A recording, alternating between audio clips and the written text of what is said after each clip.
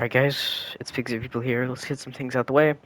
I legit just realized I skipped a couple arcs, which, the Down for All for One, and that's basically it. And the Forest arc, of course, and the Bakugo Retrieval arc. I basically forgot about those. I won't be covering those. Let's just say they didn't happen this time around. There was no sports festival. What? No, there was no Forest arc because Aizawa just felt like we were gonna do the camp Forest arc this universe. And the All for One takedown arc, let's just say this was happening during when Deku just right after Deku, killed Overhaul and is chilling at his apartment, and he had to watch All Might fight All for One by himself. But that's what happened between those arcs. So basically, arcs happen. So these arcs have happened ahead of time. So basically, think all the arcs I've been talking about happen ahead of what they usually were because two arcs were cut out from the series.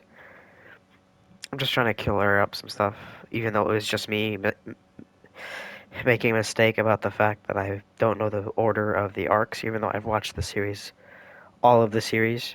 I don't know how I keep forgetting every arc, which is confusing to me. It's, I don't know.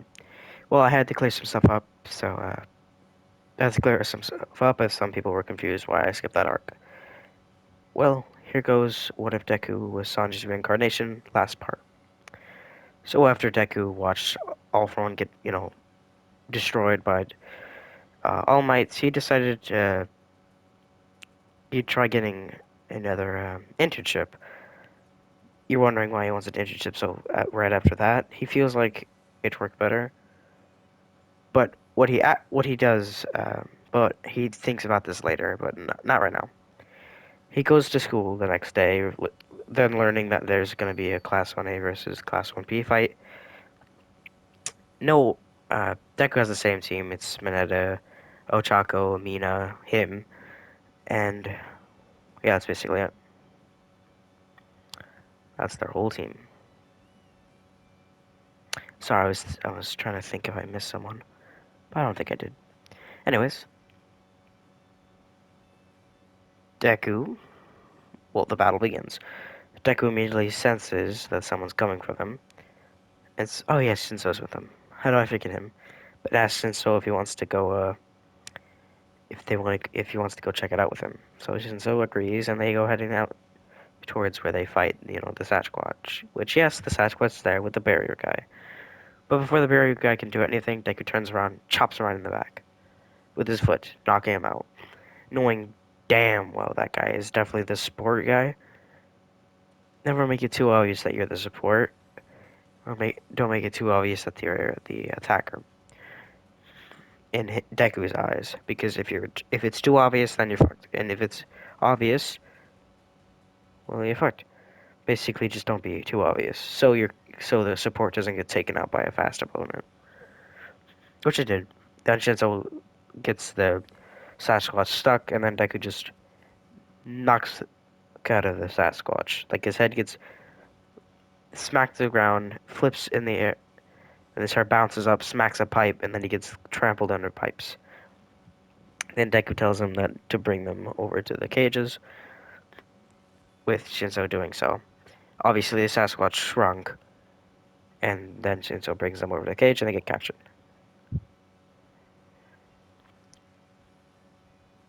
Of course, Deku after running through more, finds Monoma talking trash to Bakugo. Not because he was the death of All Might. It's because he was just talking trash, like Monoma always does. But Deku got a bit frustrated because the reason he gets frustrated is because, like, bro, stop talking trash. You're probably weaker than him, and you have enough experience. You're not as strong as him. Basically, Deku's trying to defend the fact that, well, Baku is way better than him, so I don't know why he's talking trash. He doesn't particularly dislike Bakugo, so It's not like he's just gonna let you talk trash. He's gonna beat your ass now. So Monoma gets his spine broken.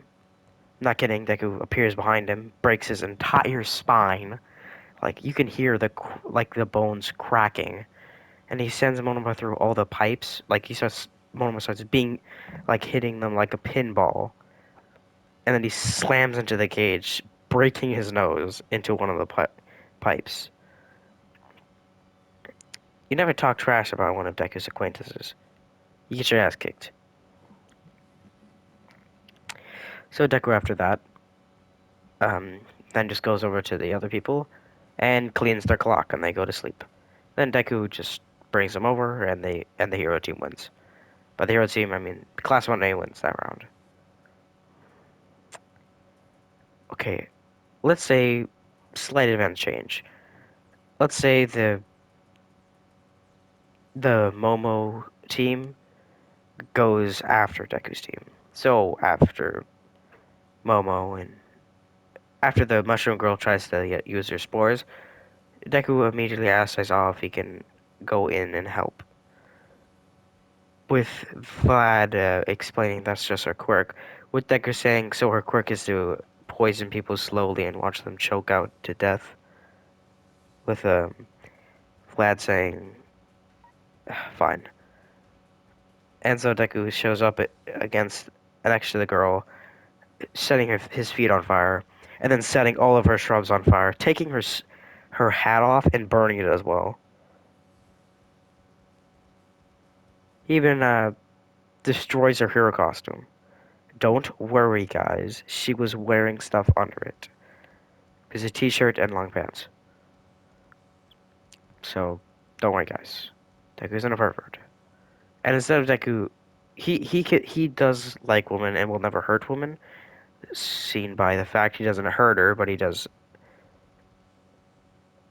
hurt her. He just shows her the error of her ways of being a douche and a murderer. So I'm sorry if you suffocate people until they go unconscious. That is a villain, right there, bro. So yeah, yeah. Expressing my pet peeve with the Mushroom Girl again, because I fucking hate her. Whole reason I stopped watching My Hero Academia. Just her. The fact they didn't win that shit was pissed me off. Sorry about that. Too much cursing. Too much cursing. Too many. Too much curse. I curse too much in my videos. I need more. I need bigger variety of words instead of cursing. Luckily, I have English class, so I guess I'll learn something. And I'll probably my storytelling will probably get better the more I learn. Anyways, after Deku, stopped her from suffocating people to unconsciousness, Deku just leaves, deciding to check up Endeavor's offer for an internship. So Endeavor picks up Bakugo, Deku, and Todoroki, and basically same thing happens where Deku saves people. Let's say in this version, Deku saves All Might, and that's really it. Then Deku starts helping people around. Yeah, we're going real far into these arcs. Then Deku starts helping people. Then he sees, guess who it is? Yep, it's Bakugo. He has one for all. He starts looking away and then leaves. And then Deku starts following him by, using his Cloud Jumper attack. And then he follows Bakugo, with Bakugo saying, why is he following him? And then Deku exactly says, you're leaving endangered people behind, okay, Bakugo? So Bakugo just chills out, with then Shigaraki showing up, scaring both Deku and Bakugo. Yes, Deku has Sanji's mentality, but yeah, it's pretty spooky to see a guy who has the mentality and his force basically conquers hockey of like of decay. His force is decay, so Deku and Bakugo are fighting Shigaraki. It's not going so well. But luckily, Endeavor shows up to help, and obviously Deku and Shigaraki are probably on par because Sanji, and of course Deku is not particularly winning, but he is trying, so gotta keep him downgraded. That is until this thing happens where Shigaraki steps in front of Deku and puts a hole through him.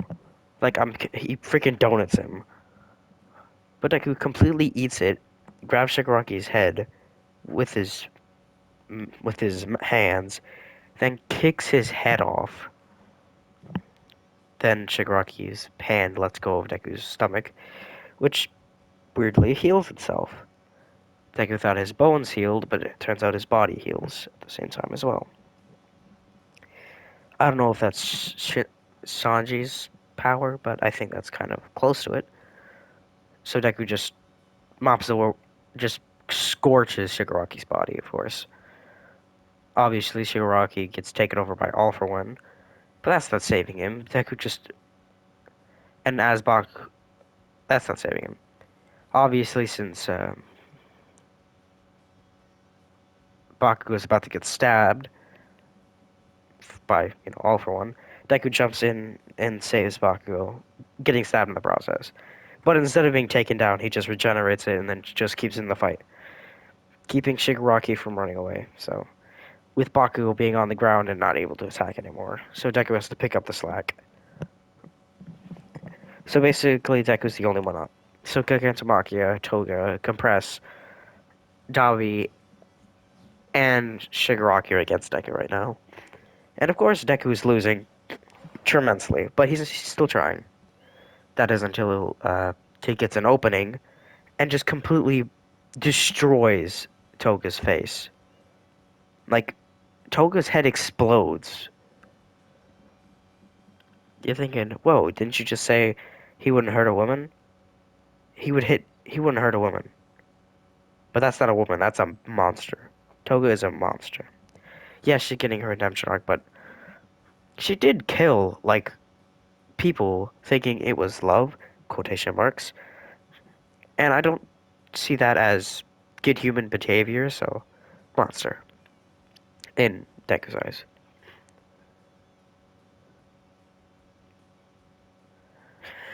And so, uh, Deku just keeps fighting and is keeping them at bay.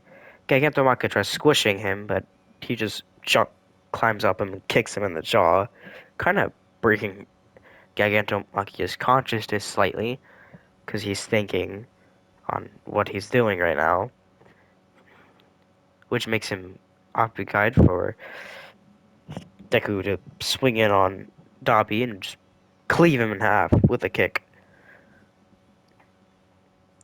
He had to use a strong fire kick, by the way. Like it had like a lot of frames of Deku just spinning around, and he kicked Dabi's entire torso off. It was in a black and white screen where it was a big cut on the screen, and then we get a panel of him getting him floating in the air with a ribcage gone. And Deku, making sure he's dead, pulls out the big fire flames, like to the point where it's covering Deku's side, the right side of his body. And so he just incinerates all of Dabi's body, even his hair follicles. And so that just leaves Compress and Shigaraki, because, Gigantomachia is rethinking things. Not dead, just thinking.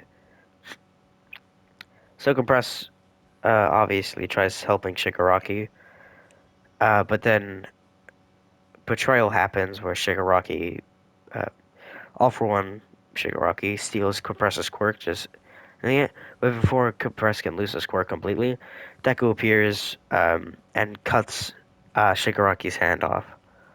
Obviously, you can't steal a quirk if your hand's not attached to you, so Compress takes off the hand and just decides he's a good person now. So he so he uses his biggest feat right now to the point where he bubbles Gigantomachia and runs away. So Shigaraki's just here to face Deku now. So obviously Shigaraki is winning still. That is until Deku remembers why he became how he got this far, which is chef, and his teachings of respecting everyone no matter what, even if they are evil. So Deku decides to just give Shigaraki the peaceful ending he deserves. So he gets up, spits on the ground, then Shigaraki just punching Deku, but Deku actually uses his quirk now to stabilize his body, take the punch, and then Shigaraki gets stuck in this position. So Deku then just kicks Shigaraki into the air. Then Deku spins like a mother, like a blade, like he's even tearing up the ground, making a giant circle.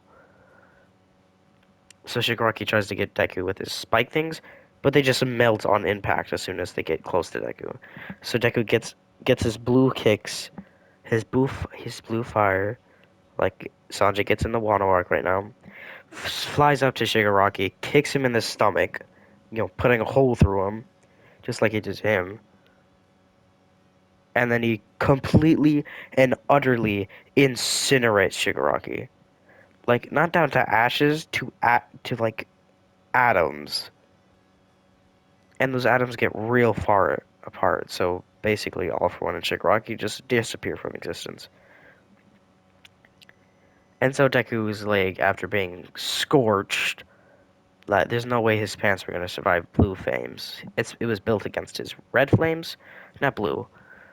So Deku falls to the ground, basically torn, burned, and scratched, and clubbed, lands on the ground, and that's where this story ends.